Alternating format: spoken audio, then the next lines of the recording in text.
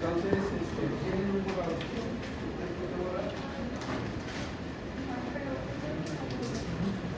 Siempre van a hablar de sensaciones, ¿ok?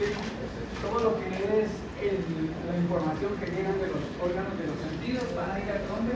Al lóbulo parietal. Entonces, el lóbulo parietal van a discurrir estas neuronas de tipo sensitivo, hacen el empalme allí con la corteza de las neuronas motoras del lóbulo parietal y ellas entonces nos van a dar una respuesta referente a todos esos estímulos que tenemos de las sensaciones, sentidos, órganos de los sentidos, visión, auditivas, olfatorias, y todo eso van a recibir una primera respuesta ahí, y acuérdense que todo en el sistema nervioso central es modulable. Entonces esas sensaciones, esas informaciones de los sentidos van a pasar a través de moduladores que son el tálamo, el sistema límbico, y después a través del bulbo, del tallo cerebral, van a cruzar esos tractos aferentes y vamos a tener una respuesta motora de acuerdo a lo que tengamos allí en el lóbulo parietal. Entonces, el lóbulo parietal, áreas sensitivas y áreas de asociación, básicamente. ¿Ok?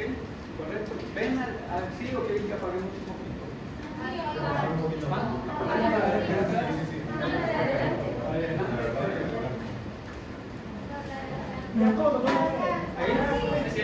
está bien. Bueno, entonces vamos a ver lo que es el lóbulo parietal, que está ahí encuadrado en este mapa. Entonces, el lóbulo parietal, trastornos de la percepción espacial. Gracias. ¿Qué es trastorno de la percepción espacial? Entonces, ¿dónde estamos ubicados en relación a un espacio, a un volumen? ¿Cómo estamos allí en esa percepción? Coordinación motora. Entonces, aquí vamos a afinar mucho esos movimientos precisos, esos movimientos coordinados. Estas neuronas con sus neurotransmisores van a tratar de modular nuestra respuesta en cuanto a esta percepción sensorial. Ahora, trastornos de atención. Este es bien importante, el lóbulo parietal en aquellos pacientes que tienen dificultades para enfocar su atención, para mantener esta atención presente. Entonces, aquí todos estos trastornos de atención y de hiperactividad y todas estas situaciones van a estar localizadas en el lóbulo parietal. ¿Ok? Entonces, puede haber alteraciones de la percepción sensorial, como es la negligencia unilateral, que pueden recibir estímulos de un hemisferio, pero el otro lo ignora, ¿verdad? La apraxia, que es la dificultad de realizar ya movimientos o acciones voluntarias o tareas ya enseñadas o practicadas, y la agnosia, en donde ellos no pueden reconocer ni objetos ni estímulos que puedan venir a esa área. Estas son las patologías más importantes del lóbulo parietal. ¿Ok? Muy bien. Entonces, vamos a tener dos tipos de síndromes de acuerdo a si el lóbulo parietal está en el área dominante del paciente o en el área no dominante. ¿Ok? Entonces, cuando está en el área dominante, lo que vamos a ver más afectado es el trastorno del lenguaje y la cognición. ¿Cómo interpretan? Acuérdense que toda esta asociación espacial, todas las praxias, todo eso tiene que ver con la cognición, y entonces cuando tenemos lesiones en este parietal vamos a tener dificultades con este tipo de funciones. En el no dominante, entonces solo vamos a tener alteraciones en la ubicación, en la percepción espacial, y algo de trastornos en la coordinación motora. ¿Ok? ¿Qué lesiones pueden causarlo? Todas es igual, ¿no? Tumores, infecciones, problemas vasculares, enfermedades neurodegenerativas. No, aquí tiene que el no dominante se afecta a lo que es la coordinación motora. Yo vería una lesión aquí y una lesión en el cerebelo, porque también afecta la coordinación. Todo va parejo. O sea, estos son datos generales, pero tú sabes, eso es importante y eso es a lo que quiero que usted llegue. Tengo lóbulo parietal, ¿verdad? Que nos coordina, pero también tenemos que cerebelo. Entonces, ¿qué tengo que entrar a estudiar yo? Tanto lóbulo parietal como cerebelo. ¿Sale? Ahora, ¿qué tengo que buscar yo? Lesiones orgánicas. ¿Qué me puede estar causando allí una lesión en el lóbulo parietal o en el lóbulo o en el cerebelo? Lesiones orgánicas. Entonces, en la clínica sería lo mismo. En la clínica tú ves, este paciente tiene trastornos de espacio, trastornos de praxia, trastornos de control fino. ¿Qué piensas? Lóbulo parietal, pero también equilibrio, lóbulo occipital, pero también para complicar un poquito más las cosas, los tractos piramidales y estatopiramidales. ¿Okay? Entonces, todo eso tienes que tener en la cabeza. Ahora, ¿qué tengo que hacer yo?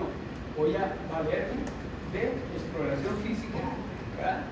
De hacer yo mi semiología del problema, y ahora, ¿qué ayudas puedo yo tener? Número uno, imagen. ¿Okay? ¿Qué tengo en imagen? ¿Qué puedo hacer? Si tengo resonador, pero si no tengo resonador, entonces una tomografía de cráneo. Acuérdense, es lo más rápido, es lo más sencillo, lo más económico y lo que más responde.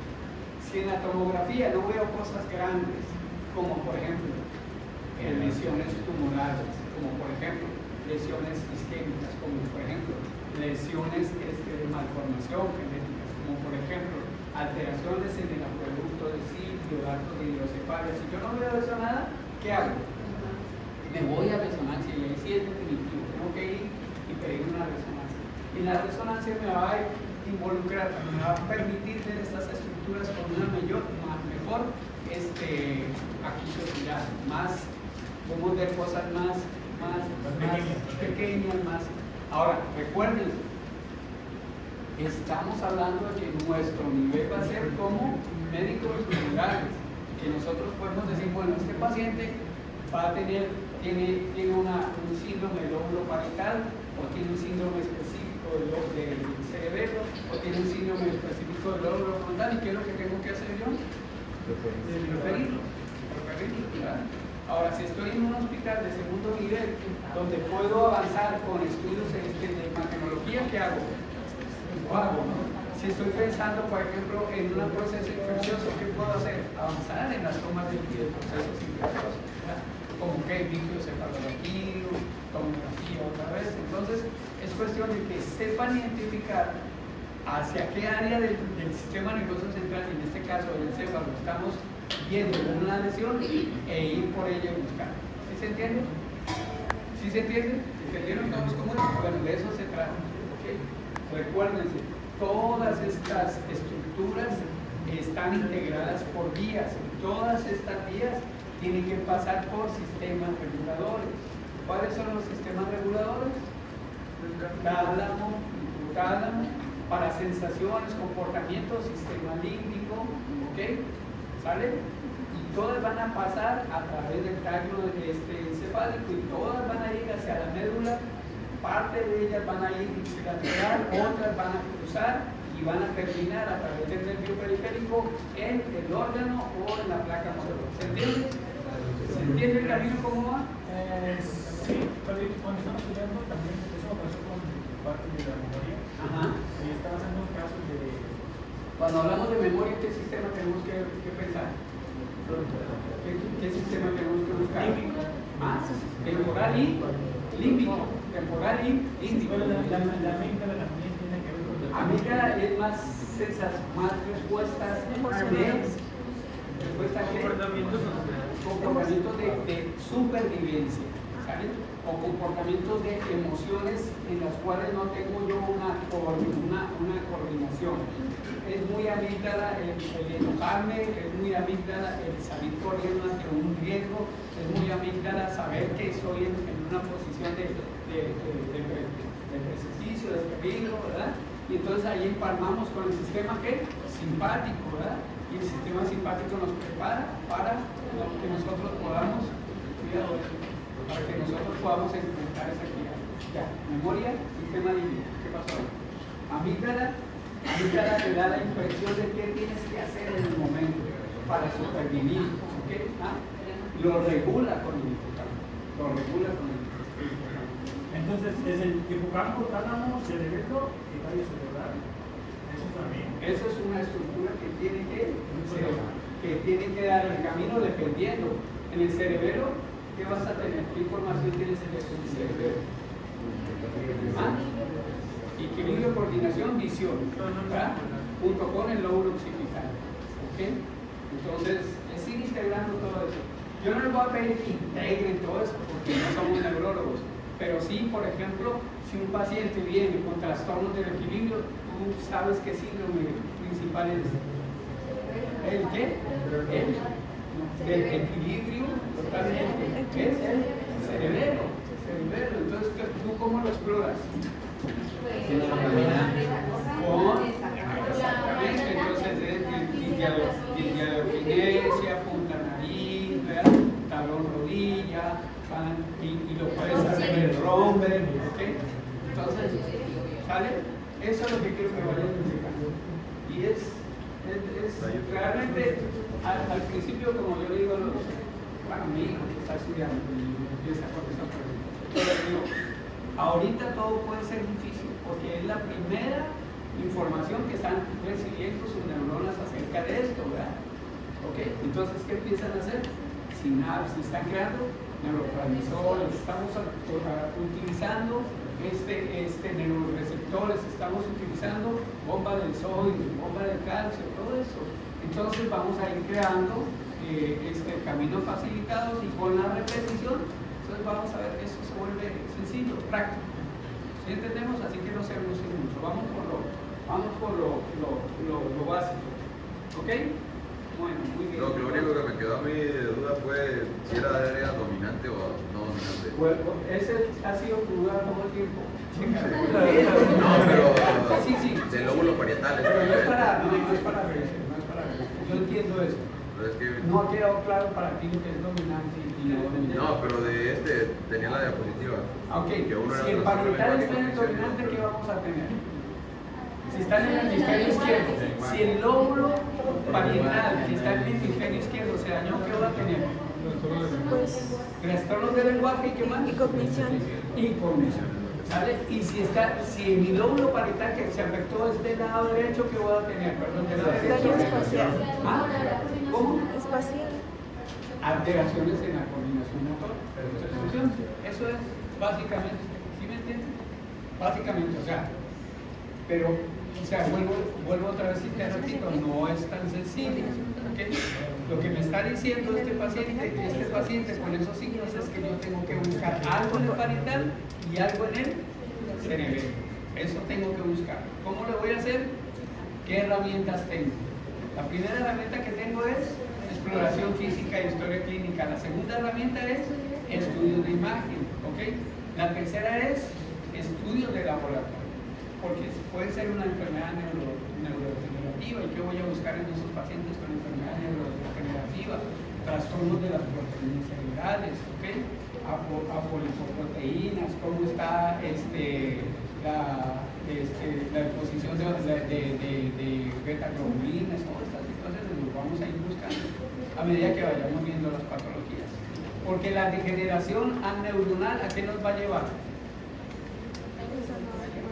Cambios en el comportamiento, en la cognición, trastornos cognitivos. ¿Y cuáles son los trastornos cognitivos?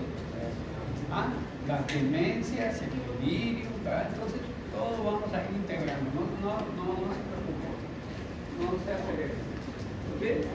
Bueno, entonces, esta es una tablita que tienen ahí para que comparen lóbulos temporales, lóbulos parietales, y ahí está dividido en si es un hemisferio dominante o si es un hemisferio no dominante. Acuérdense, es información general, estamos hablando de información general. Ahora, el lóbulo occipital, acuérdense que es la parte del cerebro donde nosotros vamos a interpretar todo lo que es la información visual, todo lo que es visual, ¿ok?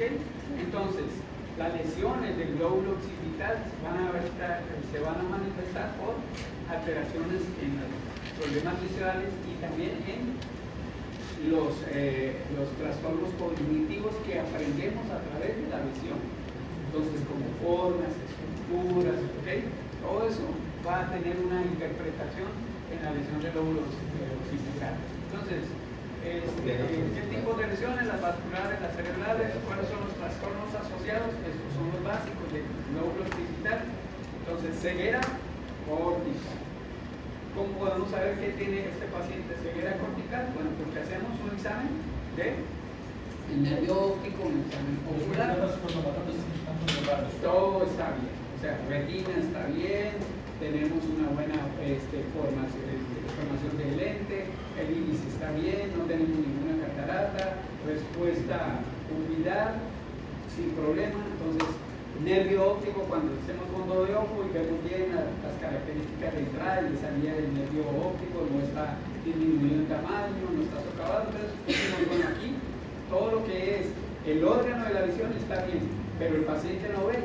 ¿Qué es lo que pasa? Que a nivel de la corteza del lóbulo occipital no se están formando las imágenes que este paciente tiene una ceguera cortical. Agnosia visual, entonces aquí él tiene dificultad para reconocer objetos. Si ustedes ven aquí, entonces es lo complicado. ¿Qué problema tiene? ¿Por qué no ve los objetos? ¿El problema es en corteza occipital o el problema es en órgano de la visión? Entonces tenemos que explorar órganos de la visión, saber que allí estamos bien y ahora nos vamos a corteza occipital. Hacemos topografía, hacemos resonancia magnética, hacemos potenciales evocados. ¿Qué son los potenciales evocados? Estimular esas neuronas y ver si en un mapeo esas neuronas están funcionando. ¿Sí se entiende? Sí. Es estructurar el pensamiento, acuérdense, son pistas que me está dando mi paciente en la historia clínica y en la exploración física que ahora yo voy a buscar. ¿Qué está pasando? Muy bien. Entonces, estas palabras o este léxico hay que estar familiarizado con él cuando leemos la literatura, cuando leemos casos clínicos, sabemos qué es prosopagnosia, que es la dificultad para reconocer específicamente caras o expresiones faciales. Estos pacientes no reconocen caras, no pueden saber si el paciente está enojado, si está serio, si está riendo, si tiene rictus de dolor, nada de eso. Tiene una prosopagnosia. Y la simultagnosia, que es la dificultad para recibir y comprender múltiples objetos o múltiples estímulos visuales al mismo tiempo. Entonces, mostramos cartas, mostramos objetos y el paciente no puede reconocer más de un objeto que se le presenta. ¿Ok? Muy bien, y eso nos está hablando de lóbulo occipital. ¿Ok? Entonces, aquí en esta tablita tenemos las lesiones unilaterales, las lesiones bilaterales. Hay algunos síndromes ahí que los pueden leer, que van a tener información de esos síndromes, pero no los voy a preguntar en el examen. ¿Ok? Ahora, vamos a hablar de la alteración de las funciones superiores. Vamos a hablar de alteraciones en general del encéfalo.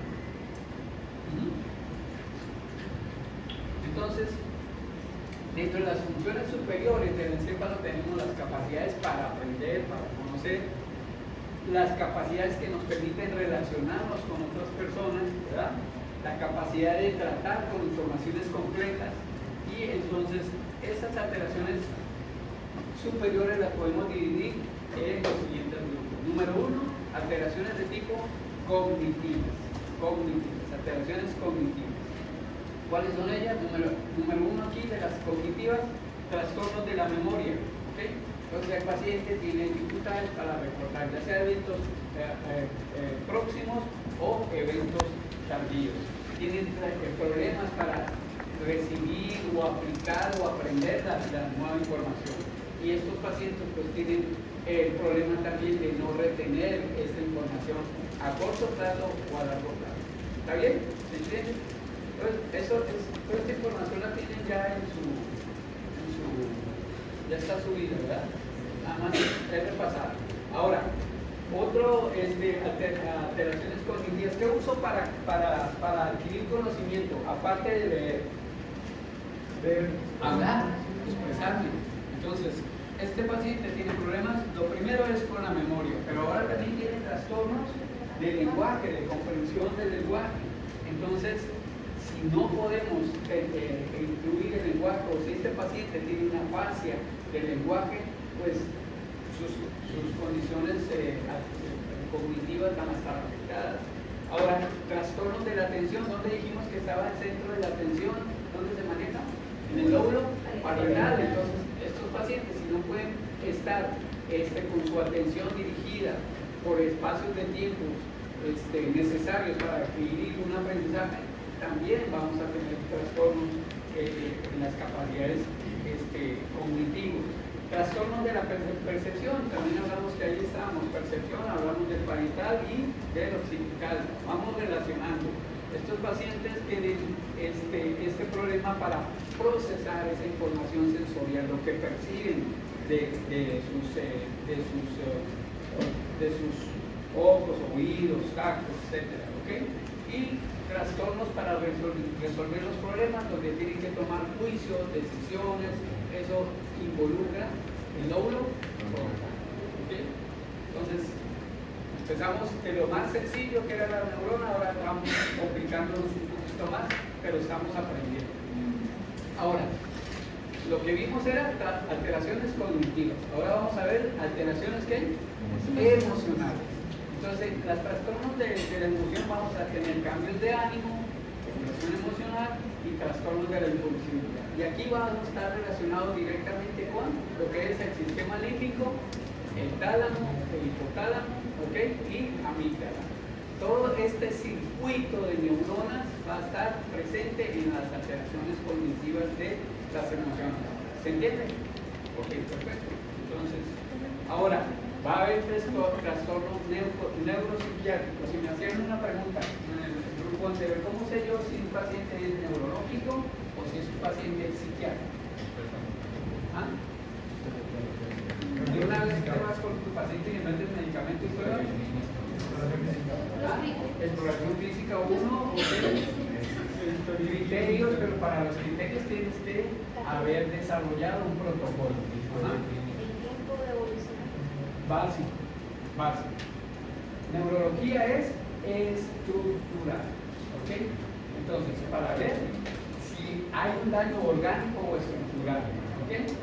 Si el paciente no tiene ningún daño orgánico o estructural, entonces este paciente tiene trastornos psiquiátricos que tienen que ver más con la actividad de los neuromoduladores, ¿verdad? Y la respuesta a ellos.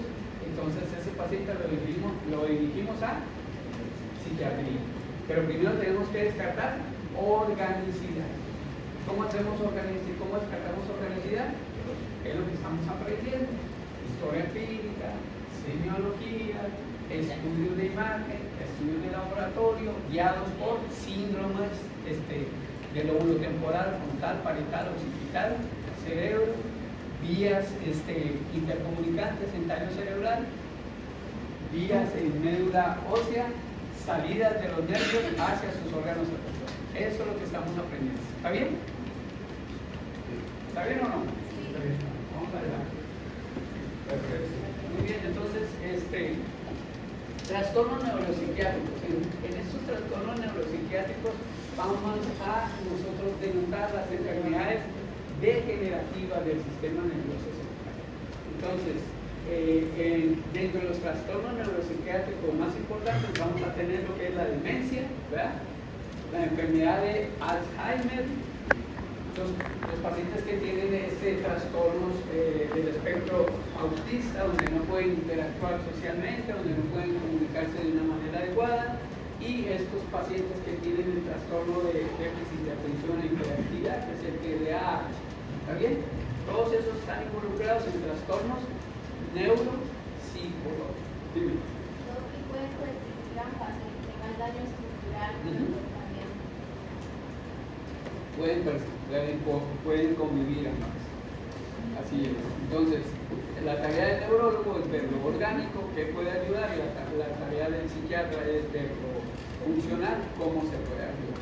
Realmente son dos ciencias que se complementan, que se intercruzan, pero que tanto el neurólogo como el psiquiatra tienen la capacidad de trabajar con estos pacientes. Por ejemplo, en la enfermedad de Alzheimer, ¿qué va a hacer el neurólogo? ¿Cuál es la parte del neurólogo? Entonces, ven a estos pacientes si hay neurodegeneración. ¿Okay? Entonces, si tenemos qué está causando esa degeneración, ¿ya? cuáles son las alteraciones de la proteína tau. Este paciente tiene realmente alteraciones en la proteína tau, pues está metiendo a biopsias por taxis, manejos bioquímicos, y le dice, ahora sí al psiquiatra, ¿sabes qué? Yo tengo un paciente que tiene enfermedad de Alzheimer. ¿Me puedes apoyar tú en cuanto al comportamiento? Y yo le voy a dar medicamentos que no progresen con la enfermedad. No existen tratamientos para esas enfermedades neurodegenerativas, como no lo existe para las crónico-degenerativas, pero podemos diagnosticar y hacer que este paciente tenga una ralentización de sus cuadros clínicos y que puedan vivir una vida lo más cercana a la normalidad con calidad a través de medicamentos neuromoduladores o nuevos tratamientos biológicos que son dirigidos ya a puntos target específicos dentro de la neuroquímica. ¿Estamos bien? Bueno, ok, perfecto. Vamos adelante. Ok, entonces esos son los trastornos neuropsicológicos. Ahora, causas de las alteraciones siempre van a encontrar ustedes lesiones cerebrales, enfermedades neurodegenerativas, trastornos psiquiátricos como la esquizofrenia, la ansiedad, la depresión y factores genéticos que pueden predisponer. Y eso es bien importante en la historia clínica, que nosotros averigüemos si tenemos un paciente con Parkinson. ¿Ha habido familiares con Parkinson? ¿Por qué? Porque hay una asociación de antígenos de histocompatibilidad mayor y alelos genéticos que nosotros podemos buscar, porque esos alelos genéticos y esos trastornos de histocompatibilidad mayor tienen que ver con la formación de proteínas que finalmente van a estar deterioradas en estos pacientes. ¿Okay? Destrucción de la sustancia negra, problemas de Parkinson, no hay formación de dopamina, tenemos que ver con la vía extrapiramidal, no hay buen control fino de los movimientos. Entonces todo eso es bien importante que nosotros lo averiguemos, lo canalicemos y tengamos la idea diagnóstica para referirlo. ¿Ok? Bueno, entonces ya dentro de las alteraciones de las funciones superiores tenemos las afasias. ¿Qué es la afasia? Es una alteración adquirida en la capacidad para poder nosotros producir lenguaje. ¿Okay? Esas son las afasias, ¿vale? Entonces, siempre que hablemos de una afasia estamos hablando de una lesión córtica, ya sea en el área de Wernicke, donde hay alteraciones de la comprensión del habla, o el área de Broca, donde hay una alteración en la producción del lenguaje. ¿Está bien? Correcto. Ahora, hay una afasia general también, como afasia global. sí, hay afasia global que compromete a las dos. Y afasia numérica o también, las vamos a ver. ¿Ok? Vamos a ver. Entonces, ahora, otra alteración de la función superior que entra dentro de las afasias están las agnosias. ¿Qué quiere decir las agnosias? Las agnosias van a ser una incapacidad para reconocer estos estímulos sensoriales que son atribuidos a pérdida o daño en la sensibilidad. Esas agnosias pueden ser visuales, pueden ser táctiles, pueden ser auditivas. Agnosia es ausencia de conocimiento, falta de percepción de sensibilidad. Y la podemos dividir en visual, táctil o auditivo. ¿Okay? Apraxias, que son otras partes de estas alteraciones de las funciones superiores, es la incapacidad para realizar un movimiento dirigido previamente aprendido. El paciente se sabía abotonar su camisa, ahora le pides hazlo y el paciente no puede. ¿Cómo definimos ese término? Hay una apraxia, hay una lesión de tipo motora. Acuérdese, neurona motora superior dice qué hay que hacer. Neurona motora inferior dice si se hace o no. ¿Sí se entiende? ¿Sí se entiende? Para el estímulo llega a la corteza cerebral, área de neurona número 4, sale la neurona, empieza el cuerpo de la neurona superior, manda la acción, va dirigido hacia el lugar donde tiene que hacer la acción. La corteza cerebral dice, a abotonarse la camisa, hágalo. Viene todo el circuito, va bien, pero cuando llega al relevo en la asta anterior de la médula espinal, la neurona inferior está dañada, entonces no lo puede hacer. Neurona motora dice, hágalo, neurona motora inferior dice sí o no, dependiendo de cómo esté. ¿Se entiende? Bueno, ese es bien importante que tengan ese concepto. Muy bien, correcto. Entonces, ahora, negligencia son desconocer entre un hemisferio y otro las sensaciones o las acciones por falta o por daño interhemisferio. Puede ser ahí el cuerpo calloso, puede ser la comunicación de un hemisferio y el otro, que mayormente es a través de esta línea del cuerpo. ¿Okay? Ahora, ¿qué es asomatognosia?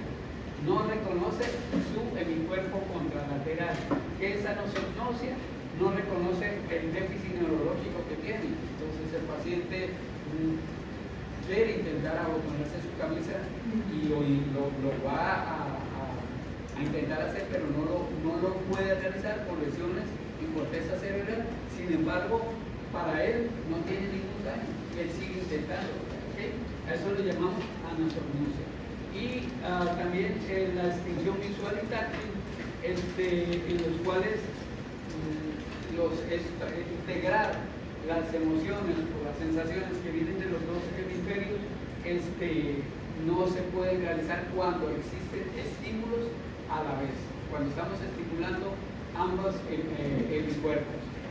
Cualquier tipo de estímulo, el paciente se bloquea y no puede llegar a la realización de las funciones, de sus funciones. ¿Okay? Entonces, definiendo la fascia nuevamente, la clasificación de la fascia de Broca, no hay producción de lenguaje hablado. La fascia de Wernicke habla, pero no hay una comprensión. La fascia global, que era la que nos decía aquí el compañero, es una forma grave de afasia en la cual no hay ni producción ni comprensión del lenguaje. La fascia anómica, que es el paciente tiene dificultades para encontrar las palabras, cómo expresar lo que está sintiendo o lo que quiere expresar. Eso se llama fascia anómica, dificultades para encontrar las palabras para hablar o relacionarse. Y la fascia transcortical, que se caracteriza por dificultades para repetir palabras y frases. Uno de los herramientas que nosotros utilizamos para definir si un paciente tiene un deterioro cognitivo, vamos a ver, es el Mini-Mental. El Mini-Mental es un tipo de formato en el cual nosotros hacemos ciertas acciones con nuestro paciente, se le dan ciertos puntos. El punto normal, el punto máximo del Mini-Mental es de 30, y los puntos donde ya empieza a haber deterioro cognitivo o donde podemos decir que el paciente ya tiene demencia, va desde un puntaje de 22, 21, 20 hacia abajo. ¿Okay? Casualmente, antes de venir a la clase, me trajeron una paciente de 63 años de edad, una paciente hipertensa, diabética, con secuelas de su diabetes y de su hipertensión. Perdió ya sus extremidades inferiores por insuficiencia vascular arterial y por necrobiosis. Ya amputaron sus dos piernas. Tuvo un evento vascular cerebral isquémico el año pasado, bastante deteriorada la señora. Y ahora la traen porque a pedido de la paciente quiere saber, porque en su casa le dicen que ella está demenciada, que ella ya no sirve y que le están buscando un lugar donde internarla porque realmente ella está loca. Esa es la pregunta. Entonces ella viene a que yo le haga un estudio a nivel de consultorio, que me oriente si esta paciente tiene o no un deterioro neurológico tal que es una demencia. Y ¿por qué traje esta colección? Bueno, porque dentro de los puntos de valoración del Mini-Mental está el saber si esta paciente tiene una fascia transcortical o no. Uno de los puntos es decirle al paciente, apréndase 3 palabras. Entonces, una palabra es, por ejemplo, peso, la otra palabra es cabeza y la otra palabra es manzana. El paciente tiene que repetirlo hasta que se lo aprenda. Entonces, peso, cabeza y manzana, ¿verdad? Sigue uno con la exploración y en otro punto adelante, al final le dice, a ver, ¿recuerda que yo le di 3 palabras? Sí, esta señora no podía repetir la primera, peso. Ella podía repetir bien cabeza y manzana, pero la otra no me acuerdo. Entonces tenía trastornos de la memoria, pero tenía también una fascia, ¿qué? Una fascia transcortical, ¿ok? Entonces al final del cuento, uno va sumando todos estos puntos y puede decir, esta paciente por el puntaje en el Mini-Mental tienen alteraciones que sí nos orientan a trastornos cognitivos o a una demencia o la paciente que está bien. ¿Sí se entiende esta parte? Vamos a manejar esa herramienta, el Minimental, es sencillo, es tomar este formulario, llenarlo y aplicarlo como base de una orientación si esta paciente tiene que ir al psiquiatra o si esta paciente la podemos nosotros manejar con neuromoduladores para que no siga progresando. Obviamente, con el evento vascular cerebral isquémico, ¿qué suponen ustedes? Hubo daño, cortical, de pronto sensitivo y de pronto la asociación. Entonces, nosotros estamos tratando de ver cómo funciona esta paciente para darle una oportunidad de que la siga tratando. ¿Vale? Muy bien. Entonces, ¿cómo reconocemos una afasia? Bueno, pues hay dificultades de hablar, hay dificultades para comprender, hay errores en la producción del lenguaje y hay también dificultades para leer y para escribir, y así las reconocemos. ¿Okay? ¿Cómo la evaluamos? Pues a través del examen neurológico, con pruebas de lenguaje, ¿verdad? Y con imágenes cerebrales, dirigidas hacia los centros donde sabemos nosotros que tenemos el control del asma. Tratamiento de la afasia, pues una vez que lo identificamos, podemos enviar a ese paciente a terapia del lenguaje, a estrategias compensatorias para mejorar la comunicación y obviamente apoyo emocional. Esta es una clasificación de las afasias. Básicamente ya las vimos: Broca, Wernicke global, las cortical, y hay otras tres clasificaciones de afasias que las pueden ustedes leer.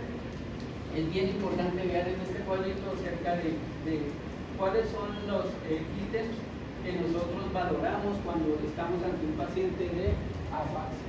¿Ok? Entonces, fíjense, tenemos que ver la afluencia. ¿Qué es la afluencia? La forma como él compone su información y cómo le da fluidez. ¿Ok? Comprensión, si el paciente realmente está contestándonos con una buena comprensión y armando su estructura del lenguaje de acuerdo a la información que le estamos dando.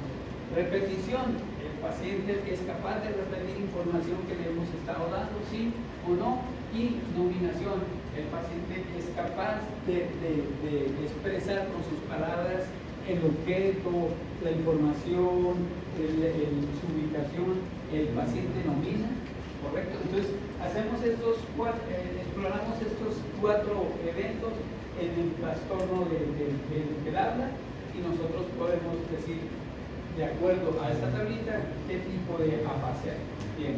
¿Ok? Para eventos de examen vamos a hacer lo que son las más vamos a preguntar sobre lo que son las más comunes, que son la afasia de Broca y la afasia de Wernicke. ¿Ok? Vamos adelante. Entonces, ahora vamos a hablar del tronco encefálico. ¿Se recordaban del tronco encefálico cómo está compuesto? En la parte superior del tronco encefálico se le llama encéfalo, ¿verdad? La segunda parte es el puente y la última parte es el bulbo. ¿Ok? Muy bien. Ahora, quiero que aprendan esto es muy importante. ¿Qué estructuras va a tener nuestro tronco encefálico? ¿Ok? Entonces, esas estructuras que va a contener el tronco encefálico número 1, y muy importante, son todos los núcleos de los pares craneales, excepto ¿cuáles? El uno que está en la corteza ¿qué? Frontal, y el 2 que está en la corteza occipital. El resto de los núcleos están localizados en el tallo cerebral. ¿Ok? Y es bien importante que ustedes vean, por ejemplo, ¿dónde están los núcleos del tercero y cuarto y quinto par? Están en el encéfalo. Los núcleos del quinto, sexto, séptimo y octavo par están en ¿dónde? En el puente, y eso apréndaselo, eso memorícelo, porque eso nos va a dar una idea cuando hagamos la exploración de los pares craneales en dónde está la lesión, si está en el mesencéfalo, si está en el puente o si está en el bulbo. ¿Ok? Y en bulbo vamos a encontrar que está el núcleo del ambiguo, que va a tener ahí el noveno, el décimo y el 11, el núcleo solitario, que va a tener parte del séptimo, noveno y décimo, ¿ok? Y la parte del núcleo sensitivo del quinto, 11 y 12, ¿ok? ¿Qué otras estructuras podemos tener en el mesencéfalo? Acuérdense que el mesencéfalo, el tronco encefálico. El tronco encefálico es una avenida donde van a pasar toda la información, tanto sensitiva, aferente como motora eferente. Todo va a cruzar a través del tronco encefálico. Allí vamos a tener esas avenidas. Número 2, vamos a tener los núcleos de los pares craneales del tercero hasta el 12. ¿Ok?